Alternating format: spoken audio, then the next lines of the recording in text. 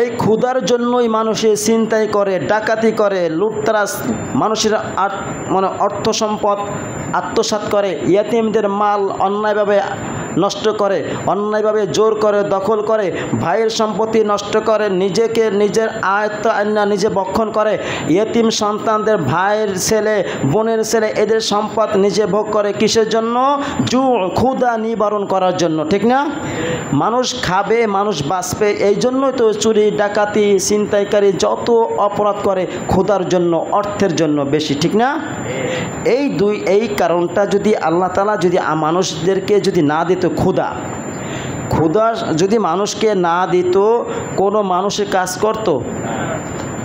কেন কাজ করবে? ক্ষুধা লাগে না, খাবার দরকার নাই, খাবারের জন্যই মানুষ পরিশ্রম করে, মানুষ অর্থ উপার্জন করে ক্ষুধা নিবারণের জন্য, টাকা ইনকাম করবে, টাকা থেকে খাদ্যদ্রব্য কিনবে, খাবে, ক্ষুধা নিবারণ হবে, শান্তি অনুভব করবে। এই জন্যই কি করে? ক্ষুধা নিবারণের জন্য কষ্ট, যত কষ্ট সব করে ক্ষুধা নিবারণের জন্য। ক্ষুধা দুই প্রকার। কয় প্রকার? একটা হইল শারীরিক ক্ষমতা চাহিদা, যেটা বলা হয় যৌবনের ক্ষুধা। এইটার কারণে মানুষের জিনা ব্যভিচার করে, ঠিক না? কথা বলে না? মানুষের যৌবনের চাহিদা মেটানোর জন্য তারা বিভিন্ন রকমের পাপ কাজ করে না? আবার নিজের ক্ষুধা, যে শরীরের যে ক্ষুধা, এইটা নিবারণ করানোর জন্য মানুষ খাবার খায় না? খাবার দুই প্রকার, একটা আছে হালাল খাবার, একটা আছে হারাম খাবার।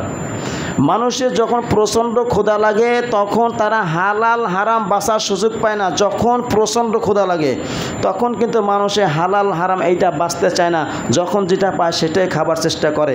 আর মোমেন ব্যক্তি যতই ক্ষুধা লাগুক না কেন, তারা হারামকে হারাম মনে করে, হালালকে হালাল মনে করে খাবার চেষ্টা করে, ঠিক না?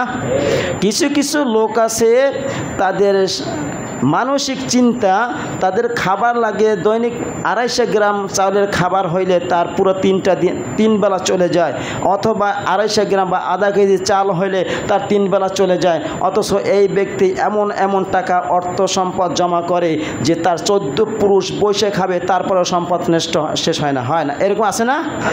তারপরেও তাদের অর্থ সম্পদ হয় না, এই জন্য তারা আরও চাই।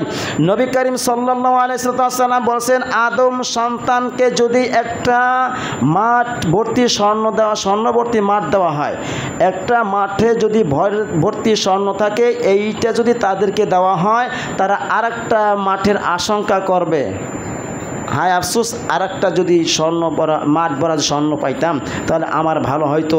নবীজি সাল্লাল্লাহু আলাইহি ওয়াসাল্লাম বলেছেন, আদম সন্তানের পেট কবরের মাটি ছাড়া ভরবে না, ঠিক না?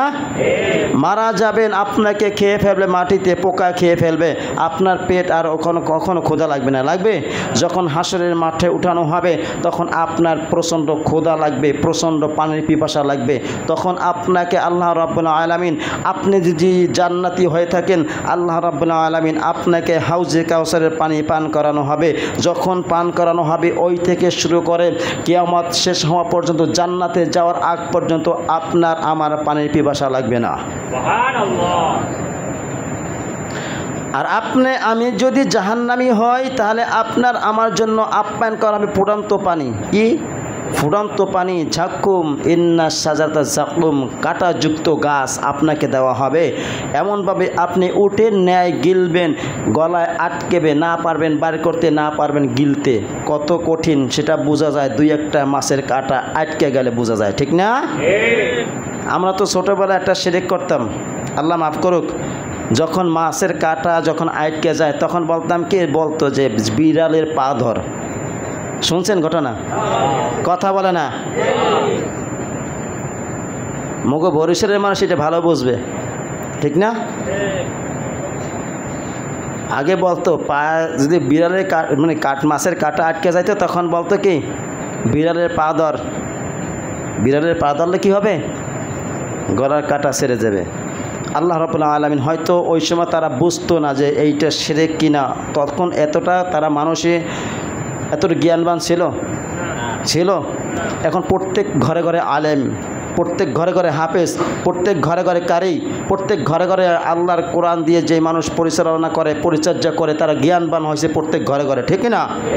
আগে মানুষে এলেম শিখতে যাইতো 10 মাইল 5 মাইল হেঁটে যাইয়া তারপরে এলেম শিক্ষা করতো, ঠিক না? আর এখন প্রত্যেকের ঘরে ঘরে আলেম, আবার প্রত্যেকের ঘরে ঘরে আবার প্রত্যেকের পকেটে পকেটে এলেমের লাইব্রেরি আছে, ঠিক না?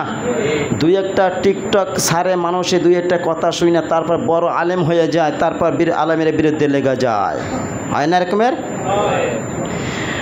আল্লাহ তাআলা বলছেন আমি মানুষদেরকে ক্ষুধা দিয়ে আমি মানুষদেরকে কি করব? পরীক্ষা করব। আপনার পেটে যখন প্রচণ্ড ক্ষুধা লাগে তখন আল্লাহকে স্মরণ হয়, আল্লাহ খাবারের ব্যবস্থা করে দাও, আল্লাহ খাবারের ব্যবস্থা করে দাও, আল্লাহ খাবারের ব্যবস্থা করে দাও, বলে না? বলে না?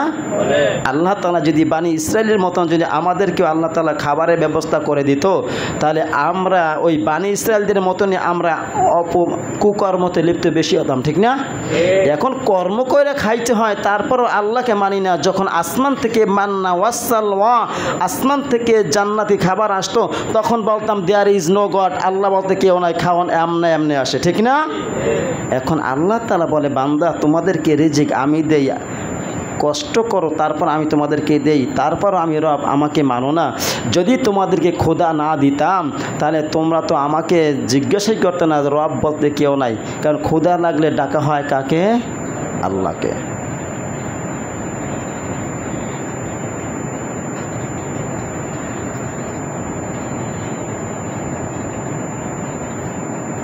আল্লাহ রাব্বুল আলামিন বলেন ওয়ানাকসিম মিনাল আমওয়াল, আল্লাহ রাব্বুল আলামিন তোমাদেরকে কিছু ভয়, ক্ষুধা এবং জানমাল এর ক্ষতি দিয়ে তোমাদেরকে পরীক্ষা করবেন। আল্লাহ তাআলা জানমাল